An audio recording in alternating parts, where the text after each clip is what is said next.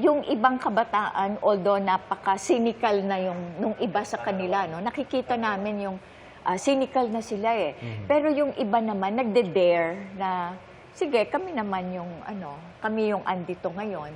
May ganon. Pero hindi ko sasabihin na yan pa rin yung karamihan.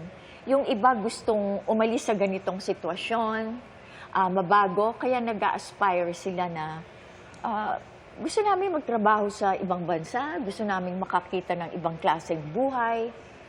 Kasi sawa na rin, sawa na dun sa paulit-ulit na same leaders, sawa na sa kahirapan, increasing yung poverty, natin. Ayaw na nila nito. Siguro sinasabi ni Maki, correct me if I'm wrong, pero bukod sa voters education, dapat yung mga politiko magbago din. Diba? Hindi ba?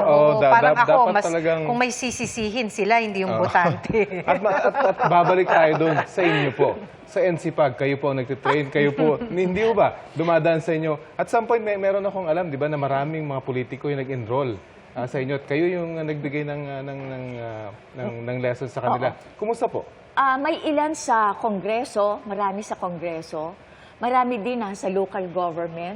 Mga namin yun kumbaga mga anak ng kolehiyo yung regularly nagtitrain yung mga mayors, lalo na yung mga bago. So, kami dahil yun ang mission mo, hindi kami pwedeng mag-give up Ito yung gawain natin, ipakita na wala kailangan nating matutunan yung bago, yung dapat, at hindi magsasawa. Dahil ito yung aming mandato. Diba? Yung reason for being na, kamukha din ng media, ang mandato nyo ay ipahiwatig sa bayan ang totoo, yung mga kwento, yung mga iba-ibang karanasan, diba? Ganon din kami Meron kaming mission na paunlarin natin ang ating pamumuno, yung liderato. Sometimes nagfe-fail tayo, minsan naman hindi. Nakikita namin at proud kami dun sa nagpapakita ng magandang example. At sana dumami pa yung mag-enroll sa inyo. At kung kayo nakakakita ng pag-asa, well, ako rin. Magkakaroon na ng pag-asa dahil of course, hanggat may buhay, may pag-asa, sabi nga, di ba? Tsaka bayan natin to Wala nang iba, di ba? Kinabukasan natin na nakasalalay. Sa punto ito, magpapasalamat tayo sa ating eksperto na kasama natin sa ating talakayan.